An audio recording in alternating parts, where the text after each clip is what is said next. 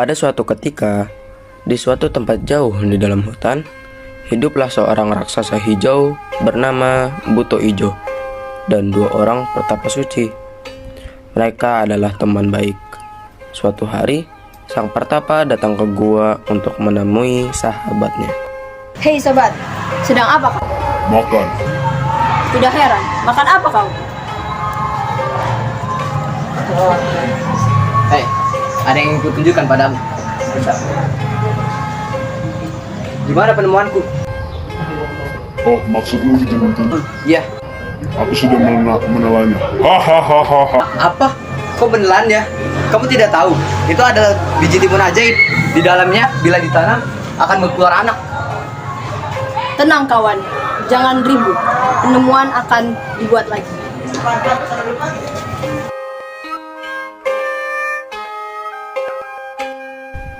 Suatu hari, ada pasangan yang menyenangkan. Mereka tinggal di sebuah desa dekat hutan. Mereka hidup bahagia. Sayangnya, mereka belum dikaruniai anak. Setiap hari mereka berdoa kepada Tuhan untuk mendapatkan seorang anak. Raksasa hijau Buto Ijo kebetulan melewati rumah pasangan tersebut. Dia mendengar apa yang mereka doakan. Hahaha. Aku mendengar. Siapa kamu? Aku Buto Hijau. Siapa kamu? Apa yang kamu inginkan? Dia itu Buto Ijo. Dia akan membunuh kita. Wahaha. Aku tidak akan membunuhmu. Aku akan mengabulkan permintaanmu untuk punya anak. Apakah itu mungkin? Ya. Tanamlah benih ini, maka kau akan mendapatkan anak. Ayo kita coba, mungkin itu akan berhasil. Tapi, baiklah, mari kita coba. Terima kasih Buto Ijo. Aku akan kembali lagi 17 tahun. Aku akan mengambil anak. Terima kasih Buto Ijo. Terima kasih. Keesokan harinya, pasangan tersebut menanam benih tersebut. Beberapa bulan kemudian, mentimun emas tumbuh di halaman. Mentimun itu semakin membesar setiap hari. Akhirnya, mereka berdua memutuskan untuk memetik mentimun itu. Dengan hati-hati, mereka memotong mentimun menjadi dua. Yang mengejutkan mereka menemukan seorang bayi perempuan cantik di dalam mentimun. Karena ia berasal dari mentimun, anak perempuan itu diberi nama Timun Mas. Tahun-tahun berlalu, dan Timun Mas tumbuh menjadi seorang gadis cantik. Orang tuanya sangat bangga padanya.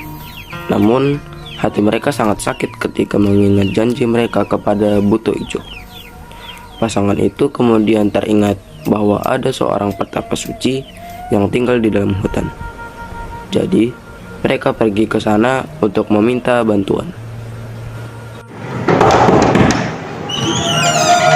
Permisi, Siapa kalian? saya Sati. Ini suami saya. Kami adalah petani yang tinggal di desa dekat hutan. Apa yang kalian inginkan? Kami membutuhkan bantuanmu. Baiklah, silakan duduk. Apa yang bisa saya bantu? Pasangan itu menceritakan kepada pertapa tentang keinginan mereka dan bagaimana Buto Ijo memenuhinya, dan juga janji yang mereka buat dengan raksasa. Pertapa itu mendengarkan mereka dengan seksama sambil mengangguk untuk kesekian kalinya, sampai pasangan itu menyelesaikan cerita mereka. Jadi begitu, Buto Ijo menyembunyikan penemuanku, lalu memberikannya kepada kalian untuk mendapatkan seorang anak. Kita harus memberinya pelajaran. Tolong saya petapa yang baik. Saya tidak ingin Buto Ijo itu menjadi putri tersayang kami. Istriku benar, betapa yang baik. Apa yang harus kita lakukan? Aku punya beberapa penemuan. Berikanlah ini kepada Timun Mas. Ini akan membantunya ketika harus lari dari kejaran raksasa itu. Apakah kamu yakin tentang ini? Percayalah, kita harus melakukan sesuatu terhadap raksasa ini. Terima kasih banyak petapa yang baik. Kebetulan, suatu hari di hari ulang tahun Timun Mas yang ke-17, Buto Ijo datang untuk memenuhi janji pasangan tersebut.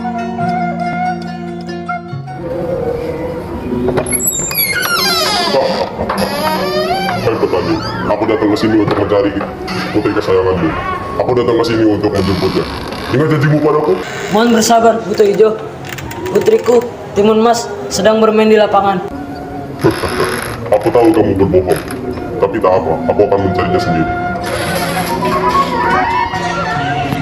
Dia sudah pergi. Timun Mas, kemarilah nak. Iya, aku akan datang. Siapa itu? Dia Buto Ijo si raksasa hijau. Untuk beberapa alasan dia akan mencarimu. Saya yakin dia akan segera kembali ke sini. Apa? Apa yang saya lakukan padaku? Dengarkan aku, Timun Mas. Kau harus lari darinya. Bawalah bungkusan ini, makanya akan Apa yang saya lakukan dengan bungkusan ini ya? lemparkanlah bungkusan itu saat raksasa itu ada di dekatmu. Bagaimana dengan ayah dan ibu? Jangan khawatirkan kami. Ya Tuhan, raksasa itu datang. Sekarang cepat lari Timun Mas, lari cepat yang kamu bisa. Tolong berhati-hati. Setelah itu, raksasa itu mengejar Timun Mas dan dia semakin mendekat. Timun Mas lalu mengambil segenggam garam dari bungkusannya. Dia menyebarkan garam dan secara ajaib muncul lautan luas di antara mereka. Namun, ternyata Buto Ijo dapat menyeberanginya.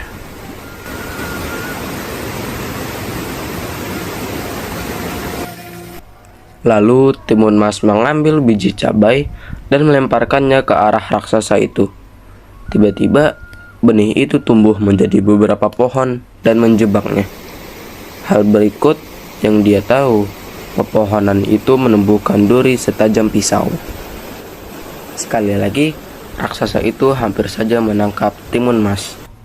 Maka, Timun Mas mengambil biji timun itu dan melemparkannya ke tanah.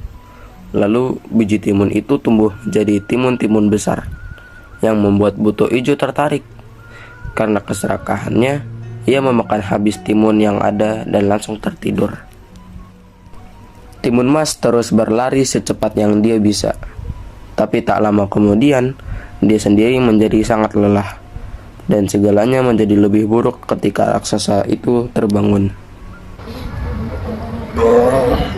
Aku segar lagi. Mana kamu Timun Mas? Aku akan mencarimu. Wah, kamu main petak umpet ya? Aku akan mencarimu. Timun Mas! Dengan putus asa, dia lalu melemparkan senjata terakhirnya, terasi. Ajaibnya, pasta tersebut berubah menjadi rawa besar. Raksasa itu terjatuh ke dalam rawa, namun tangannya hampir mencapai Timun Mas.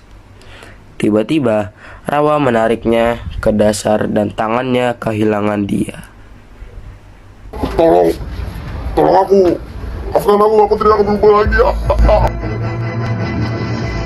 Bumi bersaksi, deritaku jalani langit. Bumi bersaksi, deritaku jalani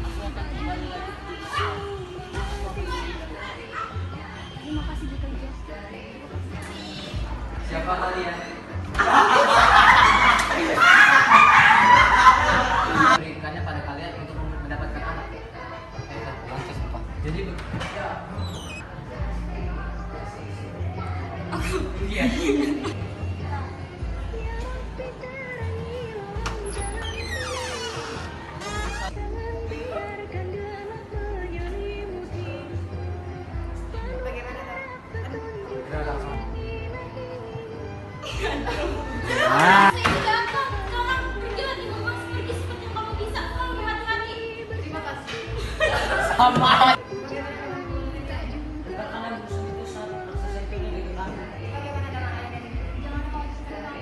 Ya Tuhan, raksasa itu datang. Sekarang larilah Timun Mas, lari secepat yang kamu bisa.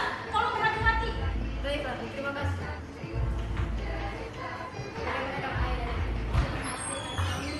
Raksasa itu datang.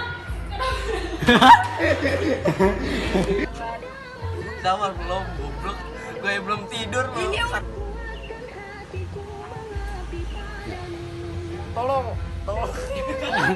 Aman sih Sasa.